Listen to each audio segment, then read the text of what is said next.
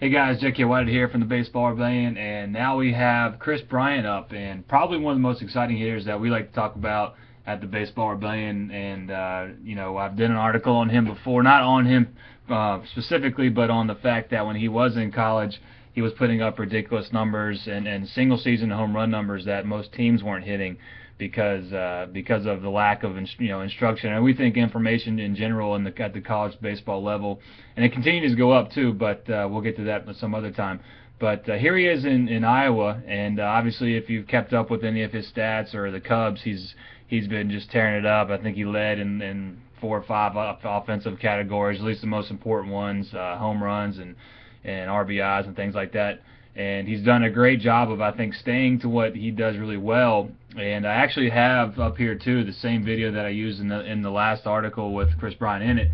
And I don't think he's made a ton of changes, honestly. I think his stance is not quite as wide. So if we split screen here, we can take a look. And obviously the camera views aren't exactly the same, but to me it looks like his stance is a little bit more narrow. It's not quite as wide. He's not leaning on that back leg quite as much. You can see how straight this one is on the front side on the right, and you can see how his on the back side here is a little bit more bent. Here he looks a little bit more even. Looks like both knees are bent, but not quite one is favored than the other. Obviously has his elbows and hands and everything pretty much in the same position. And one of the things he does better than even I think Buxton, which is probably why his power numbers are better.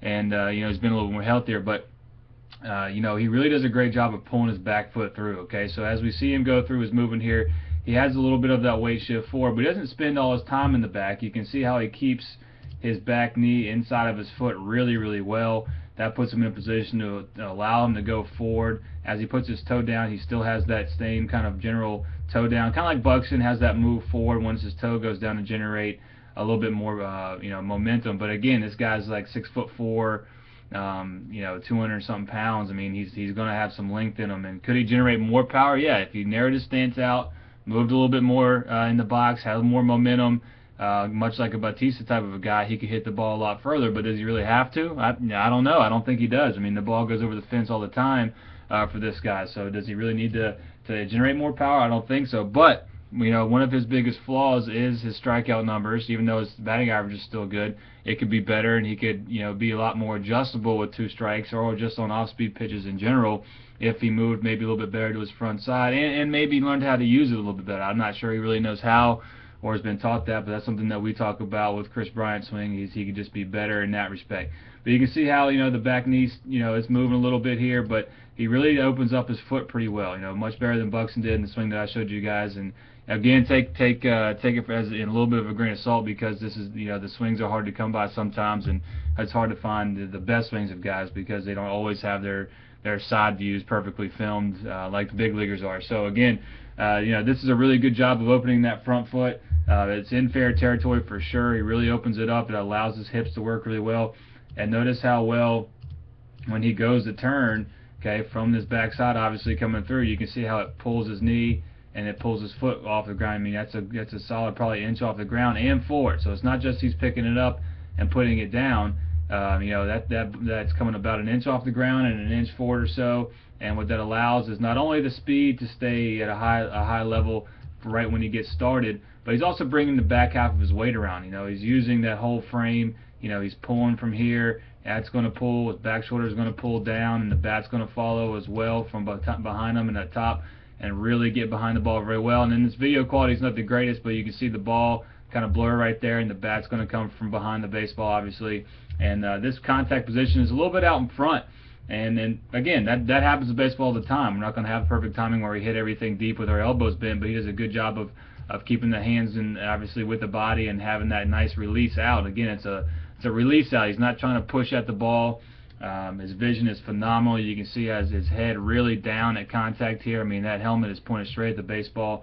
And the video quality that I used before to see it, I mean, it's really, really good. Again, he's a little bit out in front of this pitch, but because of his size and because of his ability to really pull his backside through at the right time with precision and vision, this ball goes out of the park. And he typically hits a lot of balls, center field to right center field over the fence, and his ability to hit oppo power is phenomenal, and he gets pitched there a lot too, so he's able to take advantage of where they're pitching him.